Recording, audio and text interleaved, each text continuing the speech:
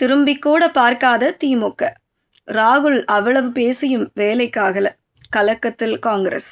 India கூட்டணி கூட்டத்தில் திமுக பங்கேற்காதது தேசிய அரசியலில் சலசலப்பை ஏற்படுத்தியிருந்தது.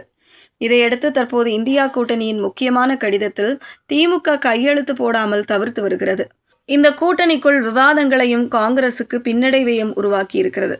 இந்தியா கூட்டணியின் பலம் அதன் கூட்டணி கட்சியில்தான் இருக்கிறது. ஆனால் சமீப காலமாக காங்கிரசின் அணுகுமுறை கூட்டணி கட்சிகளை டென்ஷன் ஆக்கியிருக்கிறது. குறிப்பாக தமிழகத்தில் தேர்தலுக்கு பிறகு திமுக கூட்டணியில் இருந்த காங்கிரஸ் பிரிந்து தாவேக்காவுக்கு ஆதரவு கொடுத்தது. இந்த நடைமுறையின் போது காங்கிரஸ் நடந்து கொண்ட விதம் இதெல்லாம் திமுகவுக்கு கடும் அதிருப்தியை ஏற்படுத்தியிருந்தது. இப்படி இருக்கையில்தான் கடந்த 8ஆம் தேதி டெல்லியில் நடந்த இந்தியா கூட்டணி கட்சியின் ஆலோசனை கூட்டத்தில் திமுக பங்கெடுக்கவில்லை. மட்டுமல்லாது காங்கிரஸ் குறித்து இந்தியா கூட்டணியின் தலைவர்கள் இதற்கு முன்னர் சொல்லியிருந்த விமர்சன கருத்துக்களை பேனராக அச்சடித்து டெல்லியில் வைத்து தனது எதிர்ப்பையும் பதிவு செய்திருந்தது.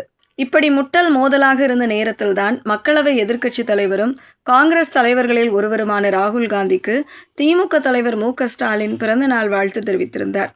இதற்கு நன்றி சொன்ன ராகுல் காந்தி இனி இணைந்து பயணிப்போம் என்று சமாதான பேச்சுவார்த்தைக்கு வந்தார். இதைத் தொடர்ந்துதான் தமிழக காங்கிரஸ் கமிட்டி தலைவர் செல்வ பெருந்தகையின் மகள் திருமணத்தில் மு.க.ஸ்டாலின் பங்கேற்றிருந்தார்.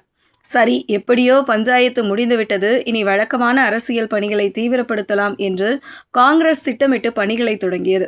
ஜூன் 8 கூட்டத்தில் முடிவெடுக்கப்பட்டதைப் போல தேர்தலில் வெளிப்படைத்தன்மை இல்லை என்றும் அதன் மூலம் அரங்கேறி வரும் ஓட்டு திருட்டு குறித்தும் வாக்காளர் சிறப்பு பட்டியல் திருத்த நடவடிக்கை குறித்தும் உச்சநீதிமன்ற தலைமை நீதிபதிக்கு கடிதம் எழுதப்பட்டது. இந்த கடிதத்தில் இந்தியா கூட்டணியில் இருக்கும் அனைத்து கட்சிகளும் கையெழுத்து போட்டுவிட்டன. திமுக மட்டும்தான் பாக்கி. கையெழுத்து கேட்டு டெல்லியில் உள்ள திமுக தலைவர்களை காங்கிரஸ் அணுகியிருந்தது. ஆனால் திமுக தலைவர்கள் கையெழுத்து போடவில்லை. அடுத்த வாரத்தில் கடிதம் கொடுக்கப்பட வேண்டியிருப்பதால் காங்கிரசுக்கு இந்த விஷயத்தில் டென்ஷன் எகிரி இருக்குது. நாடாளுமன்றத்தில் 5வது பெரிய கட்சி திமுக. இந்த கட்சியின் கையெழுத்து இல்லாமல் போய் கொடுத்தால் பாஜக பார்த்து சிரிக்கும். எதிர்க்கட்சிகளுக்குள் ஒற்றுமை இல்லை என்பதை வெளிப்படையாகிவிடும். எனவே இந்த விஷயத்தில் திமுகவை எப்படியாவது மீண்டும் உள்ளே கொண்டு வந்து காங்கிரசின் இமேஜை காப்பாற்றிக் கொள்ள வேண்டும் என்று ராகுல் காந்தி தீவிரமாக யோசித்து வருவதாக தகவல்கள் வெளியாகியுள்ளன.